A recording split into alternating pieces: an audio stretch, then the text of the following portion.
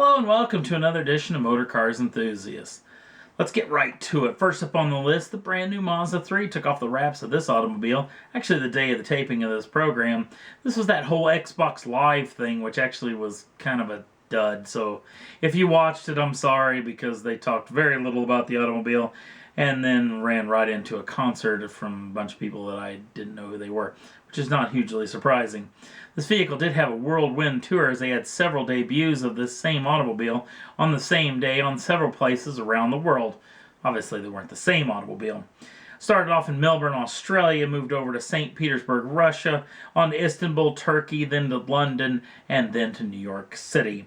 No word on what this vehicle is actually going to be about. The new Coda Design vehicle, which is pretty much all they talked about, the new design language that's going to be going into all Mazdas now, is going into this automobile. The automobile is actually pretty good looking, so I'm sure they're going to sell a bunch of it. I'm sure it's going to be quite the performer as well.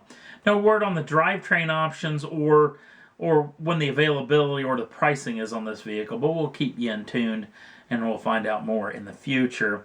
Next up on the list, Gran Turismo 6 is in the news. The new game from Polyphony Studios is actually going to make its official debut in the back half of 2013. But if you can't wait to get your grubby little mitts on this thing, a free demo will be coming out soon. That's right, I said free! On July 2nd of 2013, you can get a free demo, give you a handful of tracks and a handful of automobiles to go play with, and try out the brand new game. Now also, you can get qualified for the GT Academy. GT Academy is a little deal Nissan puts on. They've done it, I think they've had a couple of graduates of this thing, where actually real deal gamers actually get to go out and drive real race cars. This is all done in the Silverstone, England Grand Prix circuit. So if you're one of the highest qualifiers on certain tracks and you're hooked up with the GT Academy program, you can have yourself a trip over to England and try out for this particular deal. And they've had some guys sign contracts with real deal race teams. Pretty doggone interesting. Next up on the list, this is the Ferrari XX, which is actually quite famous. This was on the UK Top Gear program. Now this vehicle actually made a lap of the Dunford Autodrome circuit, actually driven by Michael Schumacher. This was actually the episode where Schumacher came out as the Stig. Now, of course, Mr. Schumacher isn't the Stig. Well, this particular automobile is going on sale, including another Ferrari, a Ferrari Enzo. Now, Schumacher had owned all these automobiles from back when he was with Ferrari, but now he feels it's time to get rid of them. There's a group that's actually going to do that for him. They're asking $1.5 million for the Ferrari Enzo. This sucker has some signatures on it, including Luca Di Namazimolo, the head of Ferrari, and some other signatures, but they didn't say what the heck they were. Now, for the Ferrari XX, and this is a picture of Mr. Schumacher in that particular automobile, they're asking $2.7 million. Now, obviously, this guy, Mr. Schumacher, owns almost every record there is in Formula One. Probably one of the greatest Formula One drivers of all time. I know that's going to get me some hate mail.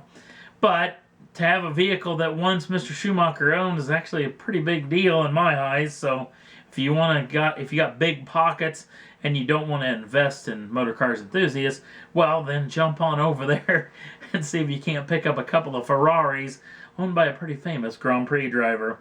Next up on the list, Nismo's in the news as they're got a brand new package for a new automobile. What do you think they're talking about? The new GTR? Maybe a brand new version of the 370Z? What about the Ultima? What about the Maxima? Well, they've already got one of the Juke. What's left? Well, how about the Nissan Leaf? I know what you're thinking. A little bit weird, a little bit odd. But the vehicle, you can get you can buy all these parts a la carte, or you can buy them all as a one big fail swoop setup for your Nissan Leaf. You can get a reflash computer system for the automobile, which will add a little bit more power, a little bit more performance to the automobile.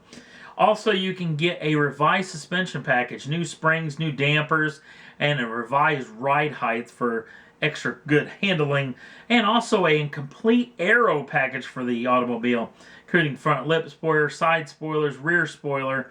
Pretty slick setup. Now, like I said, you can buy all these a la carte, or you can buy them all together. Altogether, this package will cost somewhere between $10,000 and $15,000 US. Now, why is there the big price discrepancy on this thing? Well, it's obviously for the aero package. If you want to go full fiberglass, it can cost you around $10,000. If you want to go up to the $15,000, you get carbon fiber. Obviously a big difference in price just coming from there, but head on down to your Nissan dealership and hook you up with some new Nismo parts for your Leaf today.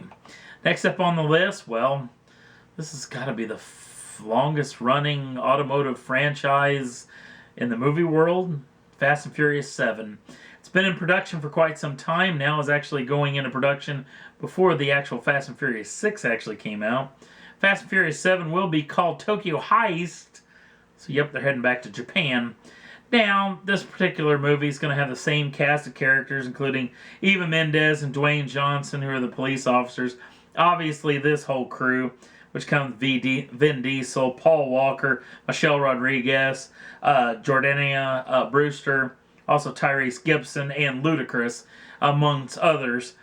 But the interesting deal is who's going to be involved in this particular movie. Now, this particular fellow, Lucas Black, who was actually in Tokyo Drift, so if they're in Tokyo, I guess he has to be in this particular film.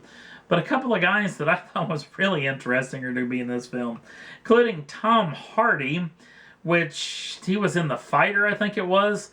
I'm not 100% sure what he's going to be doing in this. And then this guy, Jason Statham. Yeah, a pretty interesting group of people are going to be in the brand new Fast and Furious 7. I'm not 100% sure what the plot is. I'm assuming Tokyo Heist means it's going to be in Tokyo and they're probably going to steal some stuff. Pretty genius, huh? Real genius. But interesting cast of characters going to be in this particular movie. And that's all there was that I thought was worth talking about for this week's Motor Cars Enthusiast.